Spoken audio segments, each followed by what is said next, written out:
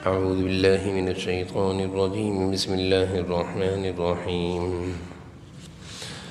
وإما تعرضن عنهم ابتغاء رحمة من ربك ترجوها فقل لهم قولا ميسورا ولا تجعل يدك مغلولة إلى عنقك ولا تبسطها كل البسط فتقعد ملوما محسورا إن ربك يبسط الرزق لمن يشاء ويقدر إنه كان بعباده خبيرا بصيرا ولا تقتلوا أولادكم خشية إملاق نحن نرزقهم وإياكم إن قتلهم كان خطأ كبيرا ولا تقربوا الزنا إنه كان فاحشة وساء سبيلا ولا تقتلوا النفس التي حرم الله إلا بالحق ومن قتل مظلوما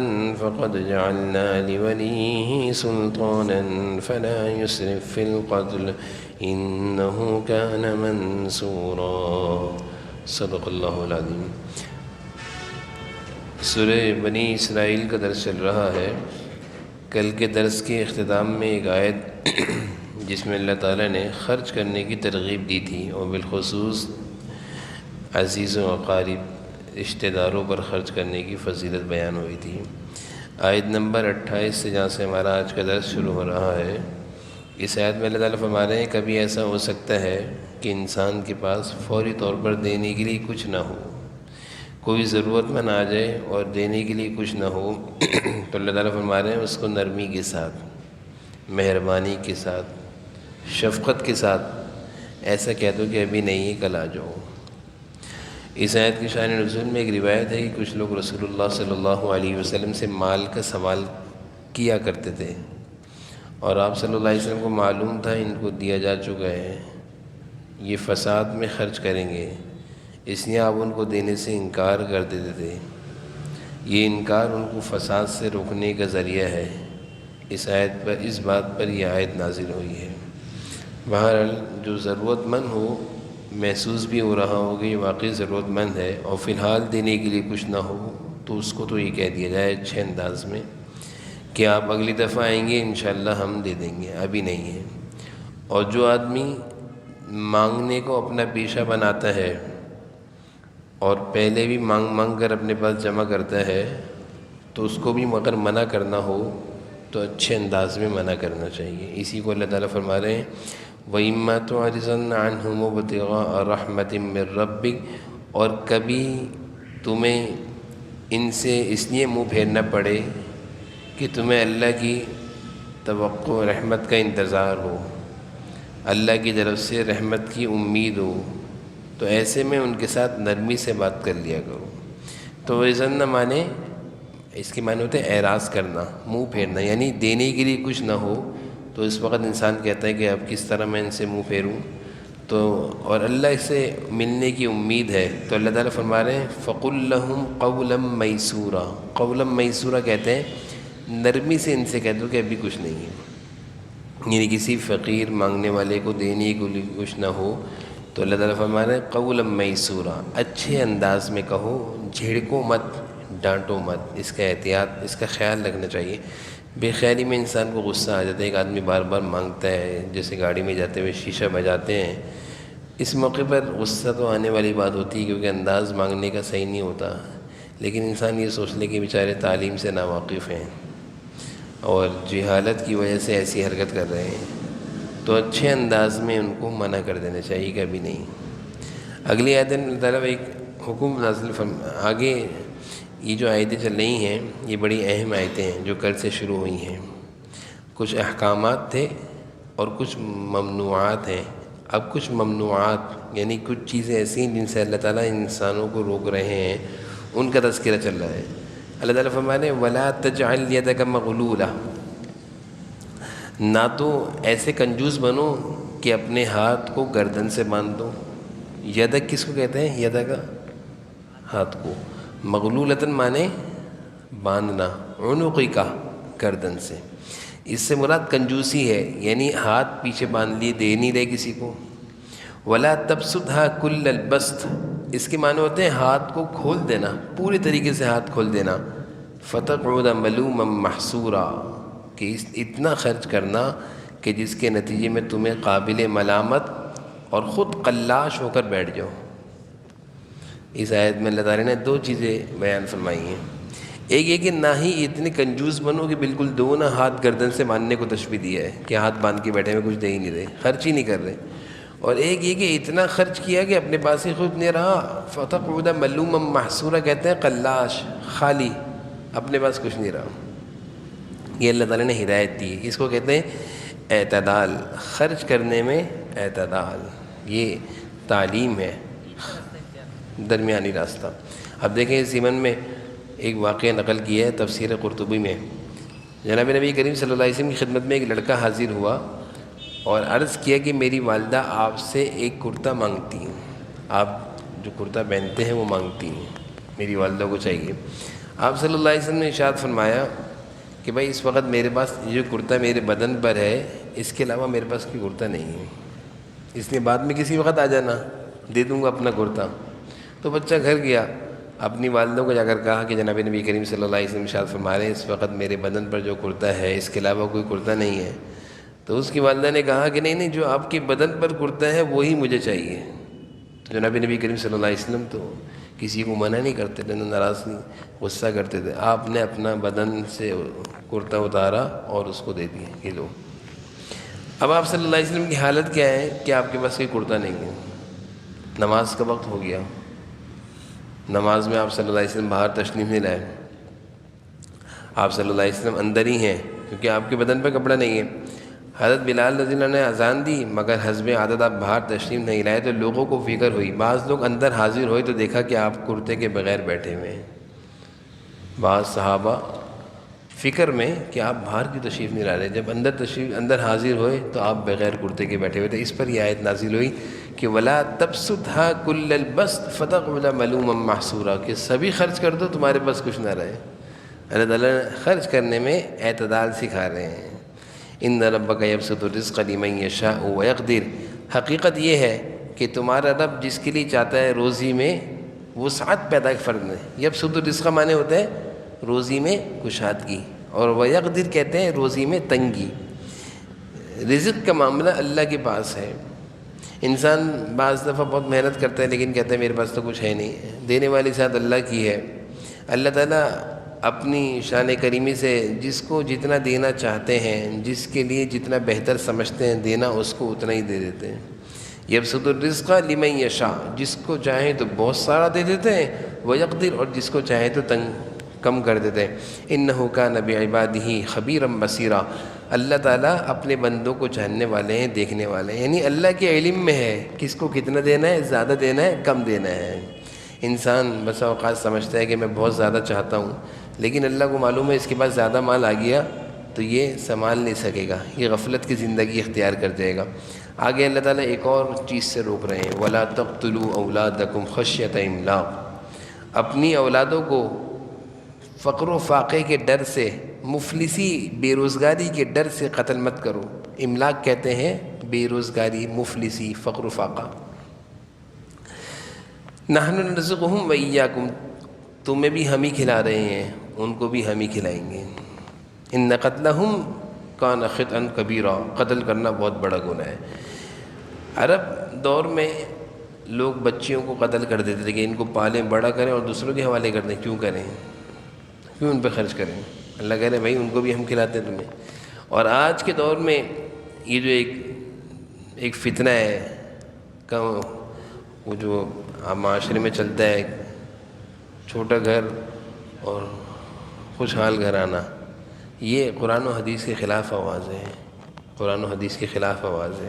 اللہ نے ایک بات جو فرمائی ہے نا، بڑی پیاری بات ہے، نحن نرزقهم وإياكم، تمہیں بھی ہم کھلا رہے ہیں نا، اب تک بچپن سے بوڑھے ہو گئے ہو، جوان ہو گئے ہو، ان کو بھی ہم کھلائیں گے، یعنی آنے والے مہمان کو بھی ہم ہی کھلائیں گے، تمہارا کام نہیں کھلانا۔ اگر انسان اس آیت کو پکڑ لینا سارے مسئلے حل ہو جائیں گے۔ پھر آج کے دور میں وَلَا تَقْتُلُوا أَوْلَادَكُمْ خَشْيَةَ إِمْلَاقٍ، بعض لوگ بچوں کو ولادت کا سلسلہ جب شروع ہو جاتا ہے تو یہ سنتے ہی ایسی دوائیوں سے ختم کرا دیتے ہیں کہ بچے کی ولادت نہ ہو، وہ دنیا میں نہ آ سکے۔ اس کی بہت ساری وجوہات ہوتی ہیں، کچھ لوگ اسی وجہ سے کرتے ہیں کہ کون ان کو کھلائے گا پلائے گا، پہلے ہی میرے 3 بچے ہیں، کھانے پینے کی تنگی رہتی ہے۔ تو اگر بچے کی جسم میں روح آ جائے، 4 مہینے کے بعد روح آ جاتی ہے۔ اب اگر کوئی شخص 4 مہینے بعد اپنے بچے کو ضائع کرواتا ہے، ایسی دوائیاں کھلاتا ہے عورت کو کہ جس سے بچہ ضائع ہوتا ہے، تو ولا تقتلوا، یہ بھی قتل کے زمرے میں آئے گا، یہ بھی قتل ہے۔ یہ قتل لوگ سمجھتے ہیں کہ دنیا میں آنے سے پہلے کچھ بھی کر جاؤ، نہیں، دنیا میں 4 مہینے ولادت کا سلسلہ شروع ہوتا ہے پہلے مہینے سے، لیکن 4تھے مہینے میں روح اللہ تعالیٰ ڈال دیتے ہیں۔ اس کے بعد اگر کوئی ایسی دوائیاں استعمال کی گئیں تو یہ بھی قتل کے زمرے میں آئے گا۔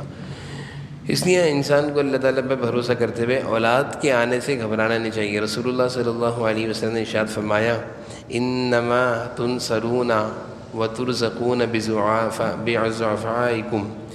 بضعفائکم، تمہارے کمزور اور بچوں معصوموں کی وجہ سے اللہ تعالیٰ تمہیں دیتے ہیں۔ یعنی تمہارا جو رزق کا معاملہ ہے، بعض انسان کہتا ہے نا میں بہت صبح سے نکلتا ہوں، اتنی محنت کرتا ہوں، اتنا کما کر لاتا ہوں، تو اس حدیث سے معلوم چل رہا ہے کہ جو اللہ تعالیٰ تجھے دے رہے ہیں نا، تیرے بچوں کی وجہ سے دے رہے ہیں، کمزوروں کی وجہ سے دے رہے ہیں۔ تمہارے گھر میں جو ضعفاء ہیں، بوڑھے ہیں، بوڑھے والدین یا بیوی، عورت بھی تو کمزور ہوتی ہے، یہ چھوٹے معصوم بچے، ان کی برکت سے اللہ تعالیٰ دیتے ہیں۔ حدیث ہے کہ انسان کو بھی کمال نہیں ہے۔ تو اس میں اللہ تعالیٰ نے واضح طور پر فرما دیا کہ اولاد کو بے روزگاری اور مفلسی کے ڈر سے قتل مت کرو۔ ولا تقربوا الزنا، اللہ تعالیٰ فرما رہے ہیں زنا کے قریب بھی نہیں جانا، انہ کان فاحشہ، یہ بہت بڑی بے حیائی ہے، وساء سبیلا، اور بہت برا راستہ ہے۔ قریب نہ جانا، زنا آخری سٹیج ہے، اس سے پہلے بہت سارے راستے ہیں جو انسان کو بدکاری تک پہنچاتے ہیں۔ جیسے قرآن کریم کی آیت ہے، آنکھوں کی حفاظت کرو، آنکھ کی حفاظت سے انسان زنا سے بچتا ہے۔ پھر حدیث ہے کہ زبان سے کسی غیر محرم سے بات کرنا، یہ بھی زنا ہے، چھوٹے چھوٹے زنا ہے۔ ہاتھ سے کسی محرم سے ہاتھ ملانا، کسی غیر محرم سے کسی لڑکی سے ہاتھ ملانا، یہ بھی زنا ہے، ہاتھ کا زنا ہے۔ پاؤں سے کسی عورت کی طرف چل کر جانا، یہ بھی زنا ہے۔ آنکھوں سے کسی عورت کو دیکھنا، یہ بھی زنا ہے۔ یہ سارے زنا ہیں۔ کانوں سے کسی عورت کی بات سننا، بات کرنا، یہ بھی زنا ہے۔ یہ چھوٹے چھوٹے زنا ہے۔ بڑا زنا وہ ہے کہ بدکاری، اللہ فرمانے تقربوا الزنا، اس کے قریب نہ جاؤ۔ یہ چھوٹے چھوٹے کام سے بچو گے تو بڑے زنا سے محفوظ رہو گے۔ حدیث شریف میں جناب نبی کریم صلی اللہ علیہ وسلم نے ارشاد فرمایا کہ 7 آسمان و 7 زمین شادی شدہ زیناکار پر لعنت کرتے ہیں۔ یعنی کوئی آدمی شادی شدہ ہو اور پھر وہ بدکاری کر رہا ہو، حدیث میں ہے کہ سارے آسمان و زمین اس پر لعنت کرتے ہیں۔ اور یہ بھی حدیث میں آتا ہے کہ جہنم میں یہ جو زیناکار ہوں گے، ان کی شرمگاہ سے پورے جہنم میں ایسی بدبو پھیلے گی کہ بقیہ جہنم میں جو لوگ ہوں گے وہ ان کی بدبو سے اور تعفن میں ہوں گے، پریشان ہوں گے۔ جہنم تو ہے ہی بدبو کی جگہ، گندی جگہ، لیکن اس بدکاری والی کی شرمگاہ کی بدبو ایسی پھیل رہی ہوگی کہ جہنمی پریشان ہو جائیں گے، کیا ہے یہ، اتنا سخت گناہ ہے۔ اور ایک اور حدیث میں آپ صلی اللہ علیہ وسلم نے ارشاد فرمایا کہ زنا کرنے والا اور چوری کرنے والا جس وقت زنا اور چوری کرتا ہے، اس وقت اس کے دل سے ایمان نکال لیا جاتا ہے، کیونکہ ایمان کی حالت میں یہ کام نہیں ہوتا۔ یعنی جس وقت وہ یہ کام کر رہا ہے اس وقت وہ مومن نہیں ہوتا۔ کتنی بڑی بات ہے کہ ایمان اس کے دل سے نکال لیا جاتا ہے، بڑا گناہ ہے۔ اور پھر وہی بات ہے کہ فاتک الحیا ففعل ما شئت، حدیث میں آپ صلی اللہ علیہ وسلم نے ارشاد فرمایا جب انسان کی حیا ختم ہو جائے تو پھر جو چاہے کرتا ہے وہ۔ حیا ہے جو انسان کو ساری برائیوں سے روکتی، شرم، حیا۔ اگلا حکم ولا تقتلوا النفس التي حرم اللہ الا بالحق، اللہ فرما رہے ہیں کسی انسان کو قتل مت کرو، تقتلوا النفس، اسے قتل مت کرو، ہاں الا بالحق، مگر شرعی طور پر اگر حق بنتا ہو، یعنی اگر اس نے کسی کو قتل کیا تو قصاصاً اس کو بھی قتل کیا جائے گا۔ اس کا مطلب الا بالحق، یعنی حق کے ساتھ قتل کیا جا سکتا ہے، انصاف دلوانے کے لیے قصاص۔ اگر یہ کسی کو قتل کر بیٹھا تو اس کو بھی قتل کرو۔ ومن قتل مظلوما فقد جعلنا لوليه سلطانا فلا يسرف في القتل انه كان منصورا، اور جو شخص مظلومانہ طور پر قتل ہو جائے تو ہم نے اس کے ولی کو قصاص کا اختیار دیا ہے۔ فقد جعلنا لوليه، اس کے ولی کو ہم نے قصاص کا حکم دیا ہے۔ فلا یسرف فی القتل، چنانچہ اس پر لازم ہے کہ وہ قتل کرنے میں حد سے تجاوز نہ کرے، یعنی یقیناً وہ اس لائق ہے کہ اس کی مدد کی جائے، یعنی وہ اس لائق ہے کہ اس کی مدد کی جائے۔ تو شریعت میں یہ بہت بڑا جرم ہے کسی کو قتل کرنا۔ حدیث شریف میں جناب نبی کریم صلی اللہ علیہ وسلم نے ارشاد فرمایا کہ ساری دنیا کی تباہی اللہ کے نزدیک اس سے ہلکی ہے کہ کسی مومن کو ناحق قتل کیا جائے، یعنی ساری دنیا تباہ ہو جائے، اس پر اللہ تعالیٰ اتنی بڑی بات نہیں ہے کہ کسی مومن کو ناحق قتل کیا جائے، یہ اللہ کے نزدیک بہت بڑی بات ہے۔ اور ایک حدیث میں اگر اللہ تعالیٰ کے ساتوں آسمان اور ساتوں زمین کے باشندے، ساتوں آسمان اور ساتوں زمین کے لوگ کسی مومن کے قتل میں ناحق قتل میں شریک ہو جائیں تو اللہ تعالیٰ کہتے ہیں سب کو جہنم میں ڈال دو، مجھے کوئی پرواہ نہیں ہے۔ ایک انسان، ایک مسلمان کے قتل میں ساری انسانیت اگر ملوث ہے، اللہ فرمائیں گے سب کو جہنم میں ڈال دو۔ ایک انسان اللہ کے نزدیک بہت بڑا جرم ہے۔ ایک حدیث میں آپ صلی اللہ علیہ وسلم نے ارشاد فرمایا کہ جس شخص نے کسی مسلمان کے قتل میں قاتل کی مدد کی، چاہے وہ اشارے سے کی ہو، چاہے بول سے کی ہو، کسی بھی طرح، تو میدان حشر میں جب وہ اللہ تعالیٰ کے سامنے پیش ہوگا تو اس کی پیشانی پہ لکھا ہوا ہوگا آئس من رحمت اللہ، اللہ کی رحمت اس کو نہیں ملے گی، جہنم میں جائے گا۔ قتل نہیں کیا، صرف کسی بھی طرح اس کی معاونت کر دی، اس کو گاڑی میں بٹھا کر چھوڑ دیا، پتہ بھی یہ قتل کرنے جا رہے ہیں، کسی بھی طرح کی معاونت کی صورت میں جب قیامت میں آئے گا تو اس کی پیشانی پہ لکھا رہے گا آئس من رحمت اللہ، اللہ کی رحمت اس کو نہیں ملے گی آج۔ اور ایک اور حدیث میں آپ صلی اللہ علیہ وسلم نے ارشاد فرمایا کہ ہر ایک گناہ کو امید ہے کہ اللہ تعالیٰ معاف کر دے، ہر گناہ پر امید ہے کہ اللہ تعالیٰ معاف کر دے، مگر وہ آدمی جو کفر میں مرا ہو اس کی معافی نہیں ہے، اور وہ آدمی جس نے کسی مسلمان کو ناحق قتل کیا ہو۔ اتنا بڑا جرم ہے، جتنا قتل، چاہے وہ چور ہو، ڈاکو ہو، چاہے وہ دہشت گرد ہو، چاہے وہ تعصبیت، عصبی لسانیت، رنگ و نسل، تم ہماری قوم کے نہیں ہو، تم ہماری زبان کے نہیں ہو، مذہب کی بنیاد پر، فرقہ واریت، یہ جتنے قتل ہیں، حدیث میں آگے ہے کہ اللہ تعالیٰ مشرک اور قاتل کو معاف نہیں کریں گے۔ ناحق کسی کو قتل کر رہے ہیں، چور ڈاکو، آج کل یہ نہیں ہوتا کہ کچھ لینے آئے، اس نے دی گولی مار دی۔ نہیں دیکھیں، ایک تو ہوتا نا آپ پر کوئی حملہ آور ہو تو آپ تو اپنے بچاؤ میں مار سکتے ہیں، اس کی تو اجازت ہے۔ ایک کہ بیچارہ ایک آدمی جا رہا ہے، مظلوم ہے، اس سے لینے کی کوشش کری، اس نے دینے میں انکار کیا، مارتی، تو آج کل کتنے قتل ہو رہے ہیں بیچارے۔ افسوس ہوتا ہے کہ قتل ناحق اتنا بڑا جرم ہے کہ آپ اللہ تعالیٰ فرما رہے ہیں کہ ساری انسانیت بھی ایک آدمی کے قتل میں جائے، اللہ سب کو جہنم میں ڈال دیں گے، اللہ کو کوئی پرواہ نہیں ہے، اتنا بڑا جرم ہے۔ آگے اللہ فرما رہے ہیں وَلَا تَقْرَبُوا مَالَ الْيَتِيمِ، ایک اور بڑا حکم آ رہا ہے کہ یتیم کا مال مت کھاؤ، وَلَا تَقْرَبُوا مَالَ الْيَتِيمِ، یتیم کے مال کے قریب بھی مت جاؤ، بچو، إِلَّا بِالَّتِي هِيَ أَحْسَنُ حَتَّى يَبْلُغَ أَشُدَّهُ، مگر یہ کہ احسن طریقے سے، احسن طریقے سے مراد یہ ہے کہ جو مال یتیم پر خرچ ہو رہا ہو وہ مال لے سکتے ہیں۔ ایک بچہ اس کے باپ کا مال ہے، اب اس بچے کی تعلیم پر کچھ خرچ کرنا ہے تو اس میں سے اتنا ہی نہیں جتنا خرچ کرنا ہے اس بچے پر، حتیٰ یبلغ اشدہ، اللہ فرماتے ہیں ہاں جب وہ جوانی کو پہنچ جائے اب اس کا مال اس کے حوالے کر دو۔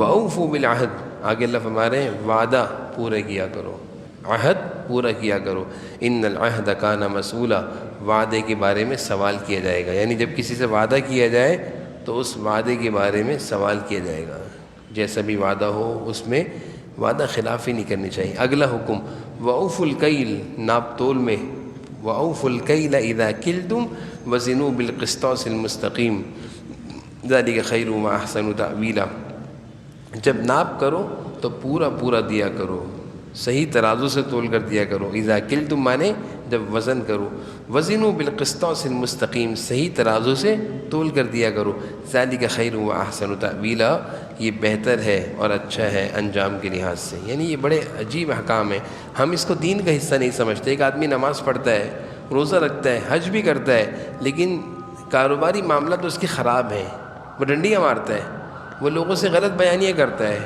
وہ لین دین میں غلط معاملات اس کے خراب ہیں، وہ غلط چیز دے رہا ہے لوگوں کو، وہ کہتے ہیں میں صحیح ہوں۔ یعنی پورا دن اس کی دکانداری ہو، اس کا کاروبار ہو، اس کا بزنس ہو، وہ آفس میں بیٹھا ہوا ہو، وہ معاملات میں ڈنڈیاں مار رہا ہوگا، انسانیت کو تکلیف پہنچا رہا ہوگا، دھوکہ دے رہا ہو، کتنی دفعہ ایسا ہوتا ہے۔ ہم کوئی چیز لینے جاتے ہیں، دکھائی کچھ جاتی دی کچھ جاتی ہے، اوپر کچھ ہوتی ہے نیچے کچھ ہوتی ہے، سامنے کچھ ہوتی ہے اندر کچھ ہوتی ہے، لیکن سب کا یعنی بالکل صحیح ہے، سب صحیح ہے، اور اس کو کہتے ہیں تو کوئی گناہ بھی نہیں ہے۔ قرآن کریم اگر یہ گناہ نہ ہوتا اللہ تعالیٰ یہ ہدایت دے رہے ہوتے ہیں۔ قرآن کریم میں اللہ فرما رہے ہیں ان چیزوں کے بارے میں، اوفوا الکیل اذا کلتم وزنوا بالقسطاس المستقیم، صحیح کام کرا کرو معاملات۔ پھر آگے اللہ تعالیٰ فرما رہے ہیں ایک اور حکم دے رہے ہیں، ولا تقف ما لیس لک بہ علم، ولا تقف ما لیس لک بہ علم، جس بات کا تمہیں یقین نہ ہو اس کے پیچھے مت پڑو، جس بات کا تمہیں علم نہ ہو۔ ہم نے سنی سنائی باتیں بہت ساری آگے کر دیتے ہیں۔ ہم کیا کرتے ہیں، یہ واضح حکم ہے، یعنی اتنا بڑا گناہ ہے جس میں آج گھر گھر پھنسا ہوا ہے، ہر شخص پھنسا ہوا ہے، اسی وجہ سے جھگڑے ہو رہے ہیں۔ سنی بیوی نے کہا یہ کہا ہے تمہارے ابا نے، تمہاری والدہ نے، بیوی کی بات پر یقین کیا، والدہ سے لڑنے چلے گئے۔ ہم والدہ سے لڑ رہے ہیں، والدہ نے کہا تمہاری بیوی نے آج مجھے یہ کہا، والدہ کی بات پر بے دھڑک یقین کر کے بیوی سے لڑنے چلے گئے۔ تو یہ چیز بڑی عجیب ہے۔ اللہ فرما رہے ہیں تقف ما لیس لک بہ علم، جس چیز کی تمہیں خبر نہیں، علم نہیں، اس کے پیچھے کیوں بڑھتے ہو، پہلے تحقیق کرو۔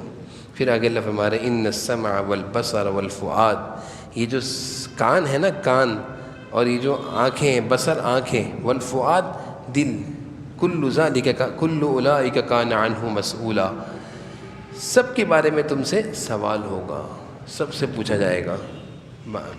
بعض روایت میں ہے، بلکہ تفاسیر میں یہ بات موجود ہے کہ اس آیت کا مفہوم یہ ہے کہ قیامت کے روز کان، آنکھ اور دل سے سوال کیا جائے گا۔ مطلب یہ ہے کہ کان سے سوال ہوگا، کان سے کہ تو نے عمر میں کیا سنا، آنکھ سے سوال ہوگا کہ تو نے ساری زندگی میں کیا دیکھا، دل سے سوال ہوگا کہ تو دل میں کیسے کیسے خیالات پکاتا تھا۔ اور وہ حدیث قرآن کریم کی آیت ہے نا، الیوم نختم علی افواہہم، منہ بند ہو جائے گا، وتکلمنا ایدیہم، ہاتھ خود بولے گا کہ کیا کرتے تھے، ہر چیز خود بولے گی، آنکھ بولے گی۔ ہم کہتے ہیں کیسے بولے گی، تو زبان بھی تو ایک گوش ہے، زبان میں بولنے کی صلاحیت کیسے آ گئی؟ جو اللہ زبان سے بلوا سکتا ہے وہ آنکھ سے نہیں بلوا سکتا، وہ ہاتھ سے نہیں بلا سکتا، زبان بھی تو ایک گوش ہے نا، تو یہ ہاتھ بھی تو گوش ہے۔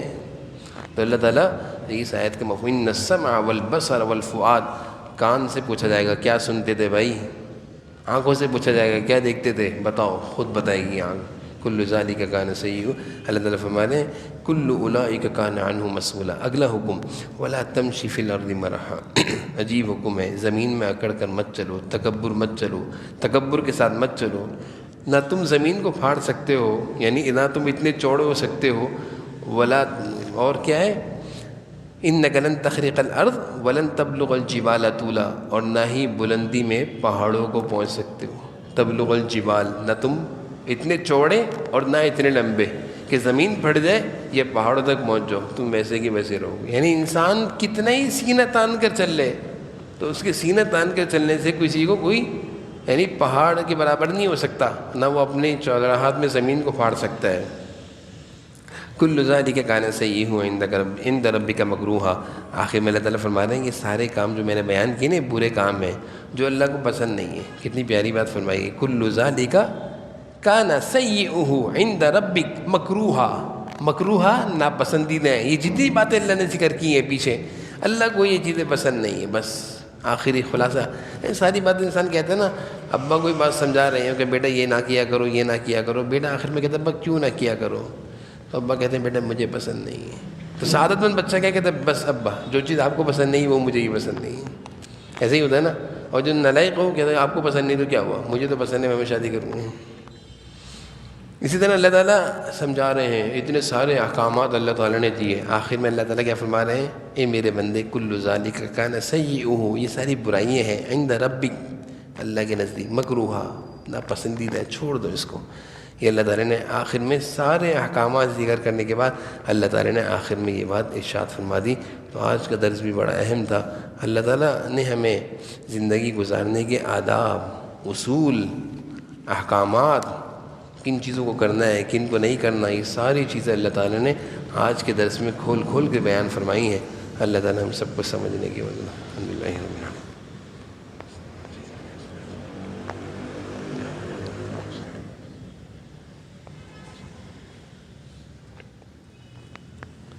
صلی اللہ تعالیٰ علیہ وسلم۔